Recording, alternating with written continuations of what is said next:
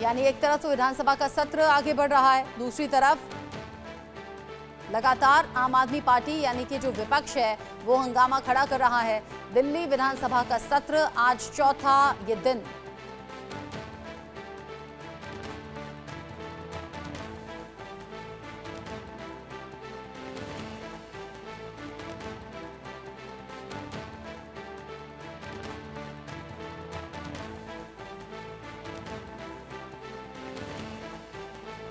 विधानसभा में दूसरी CAG report पेश होनी है। स्वास्थ्य सेवाओं को लेकर यह कैग रिपोर्ट होगी। आम आदमी पार्टी और बीजेपी के बीच में टकराव बढ़ेगा।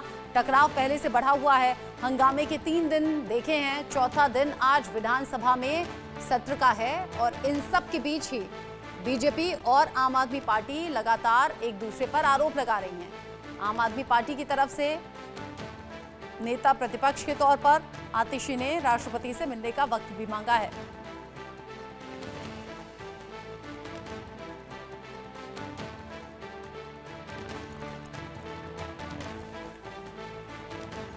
इस खबर को लेकर इंडिया न्यूज संवाददाता मेहंदी गर्ग जुड़ गई हैं ज्यादा अपडेट के साथ। मेहंदी, 3 दिन हंगामे के देखे हैं, चौथा दिन आज विधानसभा सत्र का। आम आदमी पार्टी लगातार प्रदर्शन भी कर रही है, धरना भी दे रही है और अब तो राष्ट्रपति से मिलने का वक्त मांग लिया आतिशी ने। वहीं दूसरी तरफ कैग रिपोर्ट आज दूसरी पेश होनी है। बिल्कुल, देखिए विधानसभा का सत्र आज भी है और एक्सटेंड कर दिया गया है ये सत्र, और आज भी हंगामे की जो स्थिति है वो बनती हुई नजर आ सकती है, क्योंकि लगातार जितने आम आदमी पार्टी के निर्वाचित विधायक हैं वो आंदोलन करते हुए विधानसभा सत्र में दिखाई दे रहे हैं और बहुत से जो विधायक थे उनको जो है वो हटा भी दिया था, स्थगित कर दिया गया था, उनकी एंट्री पर भी बैन कर दिया गया था। लेकिन आज भी उम्मीद है कि एक बड़ा आंदोलन या फिर एक बड़ी जो झड़प है वो नजर आ सकती है, क्योंकि कैग रिपोर्ट जो है वो आज भी पेश की जाएंगी। क्योंकि भाजपा की अगर प्राथमिकता की बात की जाए तो 14 कैग रिपोर्ट विधानसभा सत्र में पेश करने की जो बात है वो भाजपा की तरफ से की गई थी। और आज स्वास्थ्य विभाग को लेकर और स्वास्थ्य कंडीशंस को लेकर दिल्ली की जो कैग रिपोर्ट है उसे पेश किया जाएगा, जिसमें बेशक जो एक अरविंद केजरीवाल का मॉडल हुआ करता था स्वास्थ्य को लेकर, शिक्षा को लेकर, तो भाजपा सभी को कटघरे में फिलहाल खड़ा कर रही है। और आज की जो कैग रिपोर्ट है वो बहुत ज्यादा महत्वपूर्ण इसलिए होने वाली है क्योंकि मोहल्ला क्लिनिक्स को लेकर उसमें बातचीत जो है वो देखी जा सकती है। साथ ही साथ जो स्वास्थ्य का मॉडल लेकर अरविंद केजरीवाल चलते हुए नजर आते थे उसको लेकर भी बहुत से खुलासे इस कैग रिपोर्ट में आज किए जा सकते हैं, जिसके चलते जो आम आदमी पार्टी के विधायक हैं वो आंदोलन करते हुए नजर आ सकते हैं, हंगामा करते हुए भी नजर आ सकते हैं। तो बेशक जिस तरीके से भाजपा एक्टिव मोड में है, कैग रिपोर्ट्स लगातार पेश की जा रही है, विधानसभा सत्र को एक्सटेंड किया जा रहा है, तो बेशक आज भी जो हंगामा है उसकी उम्मीद की जा सकती है विधानसभा सत्र में। जी अच्छा, क्या विपक्ष की तरफ से कोई और स्ट्रेटेजी भी तैयार की जा रही है और क्या ये स्ट्रेटेजी का पार्ट ही है कि राष्ट्रपति से मिलने का वक्त मांगा है?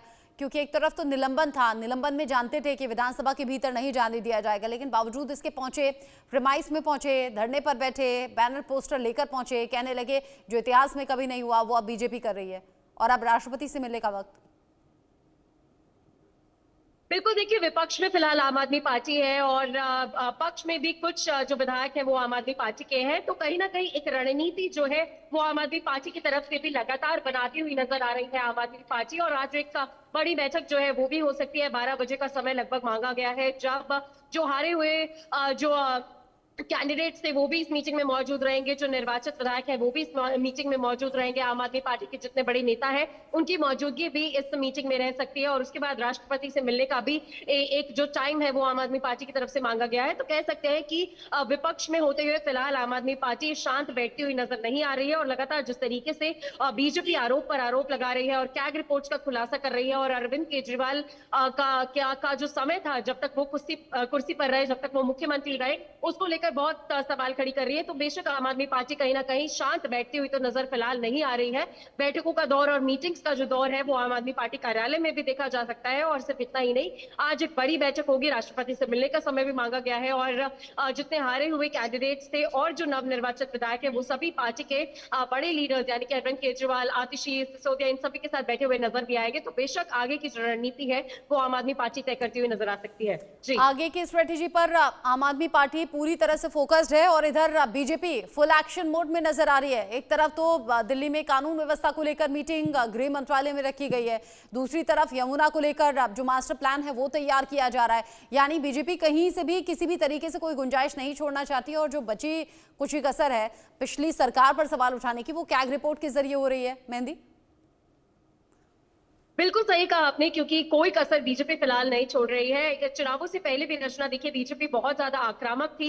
लोकल मुद्दों पर कहीं ना कहीं बीजेपी ने ये पूरा चुनाव लड़ा है, आम आदमी पार्टी को घेरा है और कहीं ना कहीं कह सकते हैं बीजेपी की झोली में जो जीत आकर गिरी है वो लोकल मुद्दों पर आम आदमी पार्टी को टारगेट करना एक बड़ी वजह माना जा सकता है। और उसके बाद अब लगातार चाहे वो कैग रिपोर्ट्स के जरिए हो, चाहे वो यमुना की सफाई के जरिए हो या फिर कानून व्यवस्था को लेकर आज बड़ी बैठक करना हो, तो बेशक आम आदमी पार्टी को चारों तरफ से बीजेपी फिलहाल घेरती हुई नजर आ रही है। और कह सकते हैं कि आम आदमी पार्टी के चारों खाने चित करती हुई भी नजर आ रही है, क्योंकि फिलहाल आम आदमी पार्टी की तरफ से जो बयान भी सामने आ रहे हैं वो कोशिश कर रहे हैं बीजेपी को टारगेट करने की और उन पर आक्रमण करने की। लेकिन बीजेपी जिस तरीके से चुनावों से पहले भी फ्रंट फुट पर थी और अभी भी फ्रंट फुट पर नजर आ रही है और आम आदमी पार्टी पर बहुत से आरोप कैग रिपोर्ट्स के जरिए भी लगाए जा रहे हैं फिलहाल।